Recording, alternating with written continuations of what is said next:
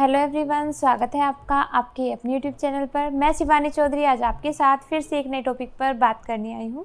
जैसा कि मेरी लास्ट कुछ वीडियोस में कुछ कैंडिडेट्स ने कमेंट किया था एंड स्पेशल एजुकेशन के बारे में उनकी क्वेरी थी, वो उसके बारे में जानना चाहते थे। तो आप सभी के रिक्वेस्ट पर मैं जो ये वीडियो है आज आपके लिए पोस्ट कर रही हूँ, जिसमें आपको स्पेशल एजुकेशन के बारे में जो भी आपके डाउट्स हैं उनको क्लियर किया जाएगा। तो वीडियो को लास्ट तक ज़रूर देखिएगा। इस वीडियो में आपको बहुत सारी चीज़ें बताई जाएंगी कि स्पेशल एजुकेटर जो होता है, स्पेशल एजुकेशन का जो कोर्स होता है वो क्या होता है, कौन कराता है, इसका स्कोप क्या है, क्या इसके लिए सीटेट ज़रूरी है।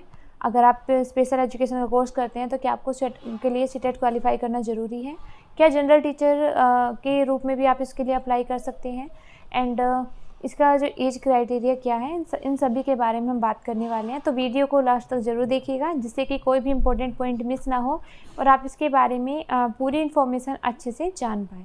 तो हम सबसे पहले बात करते हैं कि जो स्पेशल एजुकेशन है का जो कोर्स है ये होता क्या है। जब आप स्कूल में टीच करने जाते हैं तो वहाँ पे आपको डिफरेंट टाइप्स के बच्चे मिलेंगे।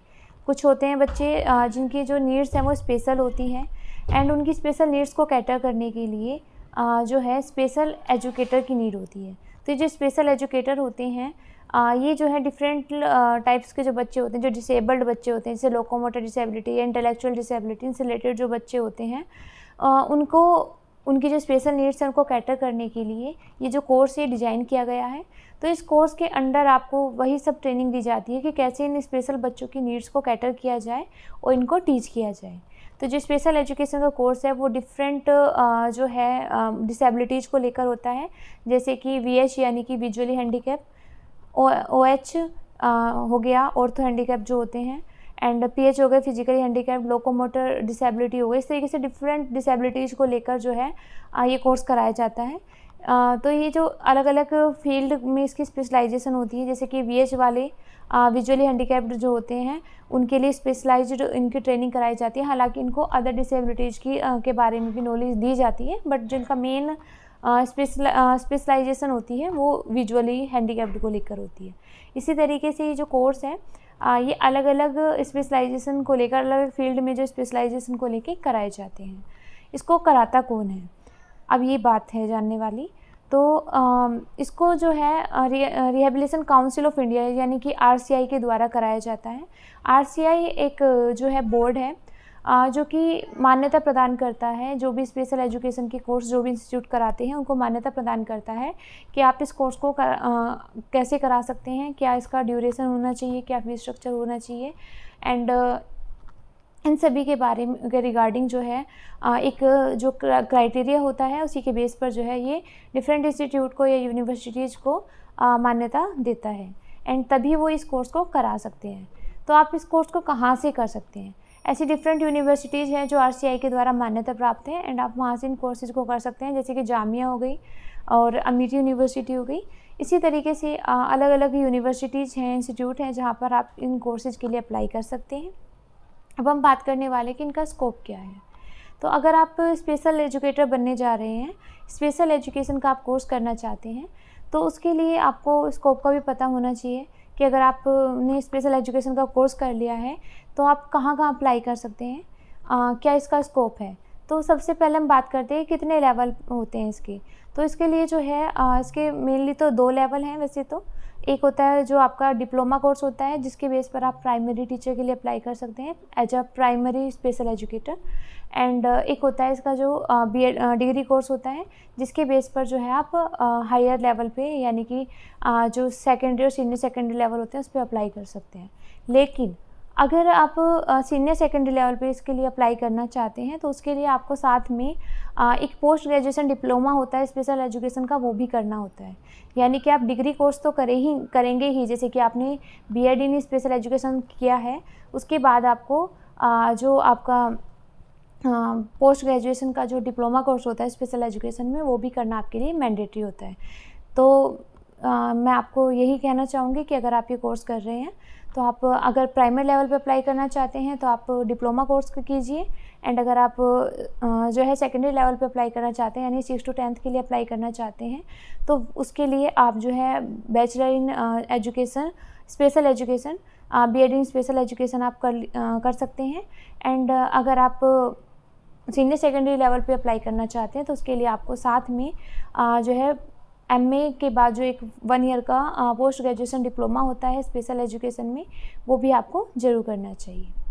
अब हम बात करते हैं कि जब आपने ये कोर्स कर लिया है स्पेशल एजुकेशन का, आप इसके बेस पर अप्लाई करने जा रहे हैं, तो आप कहाँ कहाँ इसके लिए अप्लाई कर सकते हैं।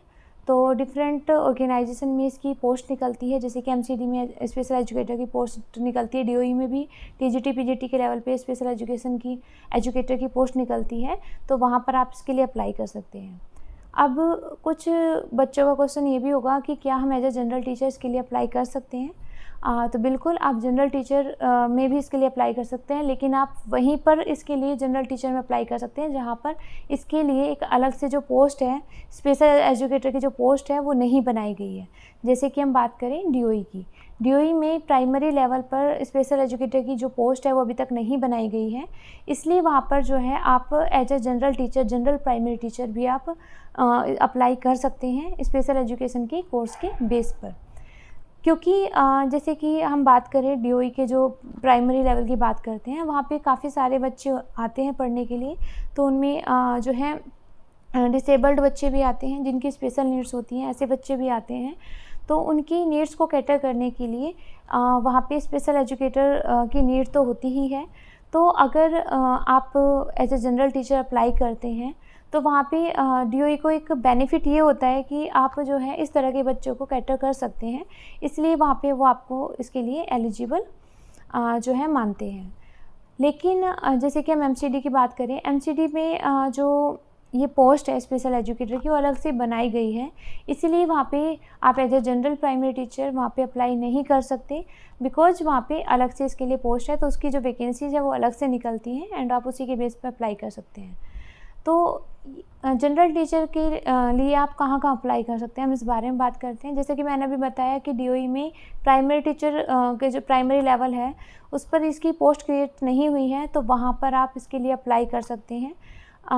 एंड इसके अलावा एनवीएस यानी नवोदय विद्यालय समिति, केवीएस यानी केंद्रीय विद्यालय समिति, इन दोनों जगह भी आप इसके लिए अप्लाई कर सकते हैं, क्योंकि वहाँ पर भी जो स्पेशल एजुकेटर की जो पोस्ट है वो क्रिएट नहीं हुई है।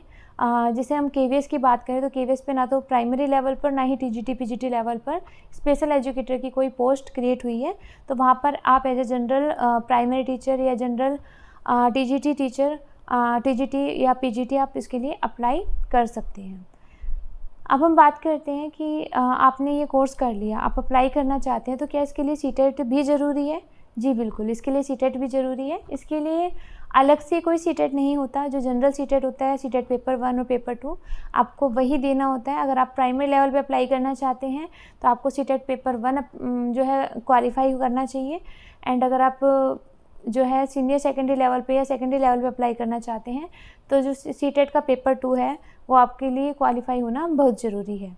अब हम बात करते हैं कि अगर आप इसके लिए अप्लाई करना चाहते हैं तो जो वैकेंसीज निकलती है उसमें इसका जो एज लिमिट है, जो इसका एज क्राइटेरिया है वो क्या होता है। तो जैसे कि जनरल टीचर के लिए एज क्राइटेरिया होता है 30 years for general category, and OBC के लिए 3 ईयर्स का रिलैक्सेशन होता है, यानी 33 ईयर्स इसका जो एज लिमिट है, एंड जो SC/ST कैंडिडेट्स होते हैं उनके लिए 5 ईयर्स का रिलैक्सेशन होता है, यानी कि जो इसका एज क्राइटेरिया है वो उनके लिए 35 ईयर्स है। और जो PH होते हैं उनके लिए 10 ईयर्स का रिलैक्सेशन है। वहीं जो विडो होते हैं, विडो है या फिर कोई जो है डाइवोर्स्ड मदर है, तो उसके लिए उनके लिए भी जो है ऐसे ही इसमें रिलैक्सेशन दिया गया है। तो इस तरीके से अगर आप इसके लिए अप्लाई करना चाहते हैं तो आपको इन सब चीज़ों के बारे में अच्छे से पता होना चाहिए, एंड आप जहाँ से भी कोर्स कर रहे हैं वो आप जो है आपको बिल्कुल ये तो ज़रूर ध्यान रखना है कि वो रिहेबिलिटेशन काउंसिल ऑफ इंडिया के द्वारा मान्यता प्राप्त हो, अदरवाइज आप इस कोर्स को करने के बाद भी इसका बेनिफिट नहीं ले पाएंगे। तो आप कहीं से भी कोर्स करें तो इसका ध्यान ज़रूर रखें। अब हम बात करते हैं सैलरी को लेकर। काफ़ी कैंडिडेट्स का क्वेश्चन है कि मतलब क्या इसकी salary as a general teacher होती है, तो बिल्कुल हाँ, इसकी जो सैलरी है वो जनरल टीचर के इक्वल ही होती है। जैसे कि आप प्राइमरी लेवल पे अप्लाई करते हैं तो प्राइमरी टीचर के इक्वल इसकी सैलरी होगी। एंड अगर आप सेकेंडरी और सीनियर सेकेंडरी लेवल पे इसके लिए अप्लाई करते हैं, यानी एज अ TGT PGT इसके लिए अप्लाई करते हैं, तो उन्हीं के इक्वल आपकी जो सैलरी है वो होगी। अगर आपको हमारी वीडियो पसंद आई हो तो वीडियो को लाइक कीजिएगा, चैनल को सब्सक्राइब कीजिएगा। एंड अगर आपको कोई भी डाउट रहता है इसके बाद भी, तो आप कमेंट सेक्शन में कमेंट करके पूछ सकते हैं। Thank you.